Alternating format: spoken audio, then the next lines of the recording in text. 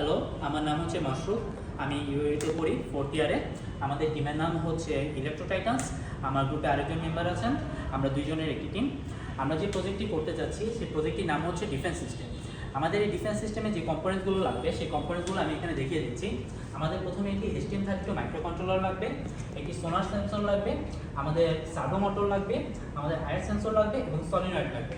আমাদের STM32 দিয়ে আমরা মেন যে কোডটি সেটি এক্সিকিউট করব।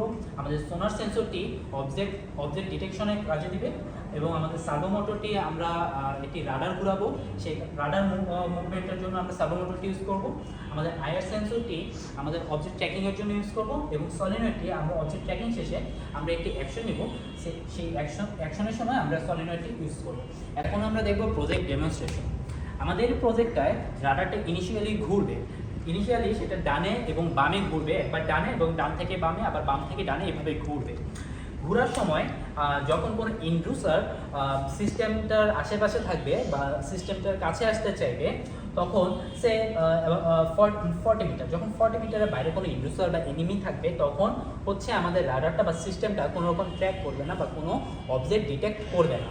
কিন্তু যখন সাপোজ 40 মিটারের ভিতরে ঢুকে গেল অবজেক্টটা, তখন হচ্ছে এই রাডারটা ঘোরা বাদ দিয়ে অবজেক্টটাকে ডিটেক্ট করবে সোনার সেন্সরের মাধ্যমে এবং অবজেক্টটাকে ট্র্যাক করা শুরু করবে আয়ার সেন্সরের মাধ্যমে। আয়ার সেন্সরের মাধ্যমে অবজেক্টটাকে ট্র্যাক করবে। অবজেক্টটা যদি ডানে যায়, সিস্টেমটা ডানে ঘুরবে।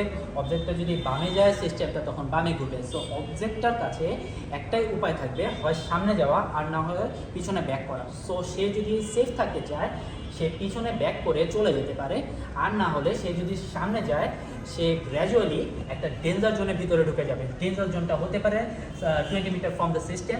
সো যখন 20 মিটার বাউন্ডারির ভিতরে সে ঢুকে যাবে, তখন এই সিস্টেমটা অবজেক্টটাকে ইন্ড্রুসার বা এনিমি হিসেবে ডিটেক্ট করবে এবং অ্যাজ সুন অ্যাজ পসিবল তার এগেনস্টে একটা অ্যাকশন নেবে। সেই অ্যাকশনটা আমরা দেখাতে পারি একটা সলিনয়েড দিয়ে আমরা ফায়ারিং করে অ্যাকশনটা দেখাতে পারি, বা আমরা কোনো সিগন্যাল জেনারেট করে অ্যাকশনটা দেখাতে পারি। সো আমি যদি পুরো প্রজেক্টটা ব্রিফ করলে দাঁড়ায়, আমাদের রাডারটা ইনিশিয়ালি ঘুরতে থাকবে যতক্ষণ না পর্যন্ত সে একটা নির্দিষ্ট সার্টেন এরিয়াতে একটা অবজেক্ট ডিটেক্ট না করে।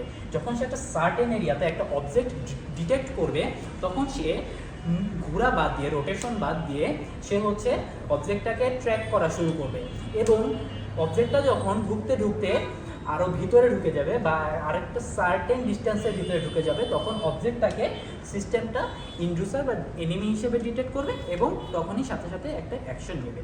সো এটাই ছিল আমাদের প্রজেক্টের ব্রিফ। আশা করি সবার ভালো লাগবে। ধন্যবাদ।